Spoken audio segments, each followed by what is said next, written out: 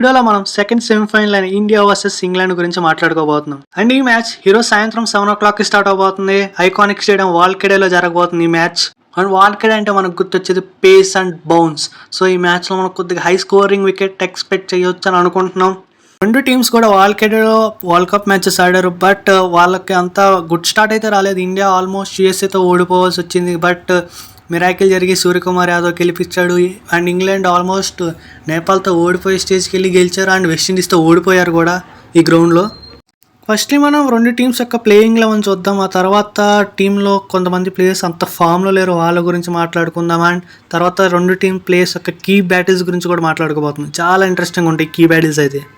Firstly మనం England team యొక్క probable playing eleven చూద్దాం. వీళ్ళు ఓపెనర్స్ వచ్చేసరికి Philip Salt and Jos Buttler దిగుతారు. అండ్ నెంబర్ 3లో వాళ్ళ కెప్టెన్ హ్యారీ బ్రూక్స్, అండ్ 4లో జాకబ్ బెత్వెల్, అండ్ 5లో టామ్ బ్యాంటమ్, ఆ తర్వాత శామ్ కరన్, తర్వాత విల్ జాక్స్, తర్వాత ఎల్ డాసన్, అండ్ తర్వాత జేమీ ఓవర్టన్ ఈ మ్యాచ్కి వస్తాడు. ఎందుకంటే లాస్ట్ టైం శ్రీలంకలో కాబట్టి రిహాన్ అవ్వంది ఆడిచ్చారు. సో ఇక్కడ వాల్కెడేలో పేస్ ఎక్కువ ఉంటుంది కాబట్టి మనకు పేస్ బౌలర్ హెల్ప్ ఉంటుంది. సో వాళ్ళు జేమీ ఓవర్టన్కి వెళ్ళే అవకాశం ఎక్కువ ఉంటుంది రిహాన్ అహ్మద్ కంటే. అండ్ ఆ తర్వాత Jofra Archer, Adil Rashid playing లెవెన్లో ఉండే అవకాశం ఉంటుంది. మ్యాక్స్ ఇదే ప్లేయింగ్ లెవెన్ ఆడొచ్చు. వీళ్ళు ఇండియాలో ఆడినప్పుడు కూడా ఇదే ప్లేయింగ్ లెవెన్ ఆడారు. సో ఏం చేంజెస్ చేయకుండా ఈ ప్లేయింగ్ లెవెన్తో వచ్చే అవకాశం ఉంది. అండ్ ఇప్పుడు టీమిండియా ప్రాబబుల్ ప్లేయింగ్ లెవెన్ ఎలా ఉంటుంది చూద్దాం. ముందు ప్లేయింగ్ లెవెన్ కంటే ముందు ఒక ప్లేయర్ గురించి మాట్లాడుకోవడం, అతనే సంజు శాంసంగ్. సంజు శాంసంగ్ ఆడాలని చెప్పి టీమిండియా ఫ్యాన్స్ అందరూ అసలు ఏ ప్లేయర్ ఫ్యాన్ అయినా కానీ ఒకటే కోరుకుంటారు, సంజు ఆడాలరా, సంజు ఆడితే మన ఇంట్లో మంచి ఆడినట్టు ఉంటుందిరా అని చెప్పి చాలామంది బ్యాక్ చేశారు సంజుకి అవకాశాలు ఏంటి అని. అలాగే చాలామంది కూడా క్రిటిసైజ్ చేశారు, అవకాశం ఇచ్చినప్పుడు కొట్టడం ఎందుకు అవకాశాలు ఇవ్వాలని చెప్పి అలా కూడా చేశారు. బట్ ఎట్ లాస్ట్ ఇండియాకి మస్ట్ విన్ మ్యాచ్లో సూపర్ నాక్ ఆడి తనంటే ఏంటో నిరూపించుకున్నాడు. తనకున్న టాలెంట్ అంటే ఏంటో చూపించాడు వరల్డ్ మొత్తానికి. So thank you Samsung for getting Indian team into semifinals.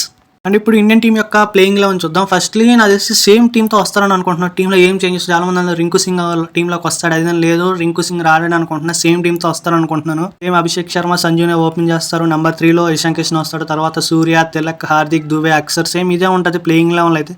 But మనకు ఓన్లీ ల్యాప్సెస్ ఏంటంటే అభిషేక్ శర్మ అంతగా ఫామ్లో లేడు, లేన్ బాల్ కూడా హిట్టింగ్ చేయడానికి వెళ్తున్నాడు. అండ్ ఇంకోటి మనకున్న బిగ్గెస్ట్ మైనస్ ఏంటంటే ఫీల్డింగ్. మనకు అదొక్కటే మైనస్. ఎందుకంటే ఫీల్డింగ్లో రన్స్ వెళ్ళిపోయినంటే మనం బ్యాటింగ్లో కొట్టలేము అండ్ డిఫెండ్ చేసుకోలేము కూడా.